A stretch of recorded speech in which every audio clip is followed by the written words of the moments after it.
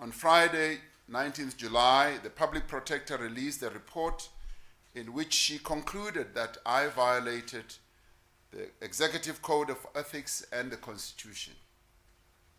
The findings of the Public Protector that she has made against me are very serious. They allege conduct that cannot and should not be taken lightly by anyone in our country.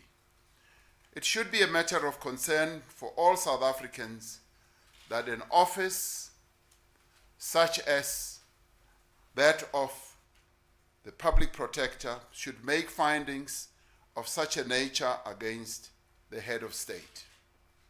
It is therefore essential, as it should be in all investigations, that such findings are based on fact, that they have a sound legal basis, that they are rational, and that they have been arrived at through a fair, impartial, and lawful process.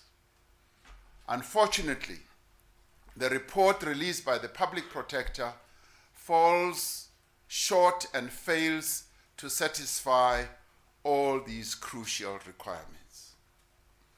After careful study, I have concluded that the report is fundamentally and irretrievably flawed.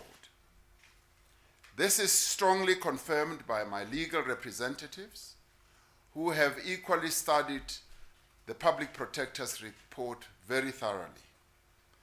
The report contains numerous factual inaccuracies of a material nature. The findings we found are wrong in law, are irrational, and in some instances exceed the scope of the powers of the Public Protector. Furthermore, in failing to provide me with an opportunity to comment on the proposed remedial action, the Public Protector has violated the provisions of the Public Protector Act, the Constitution, and the principles of our common law. Now, given these deficiencies and consistent with our constitutional architecture, it is appropriate that the courts of our country make a final and impartial determination on this matter. I have therefore decided to seek an urgent judicial review of the Public Protector's report, its findings, and its remedial action. I have instructed my legal representatives to prepare an application to this effect as a matter of urgency. And given the gravity of this matter and appreciating the effect that these findings have on the standing and the credibility of both the President and the Public Protector, it is essential that the courts be given an opportunity to review the report and make a finding accordingly. I have decided to take this action not only to protect the rights that the Constitution affords me as a person, but also to preserve the integrity of the office that I occupy.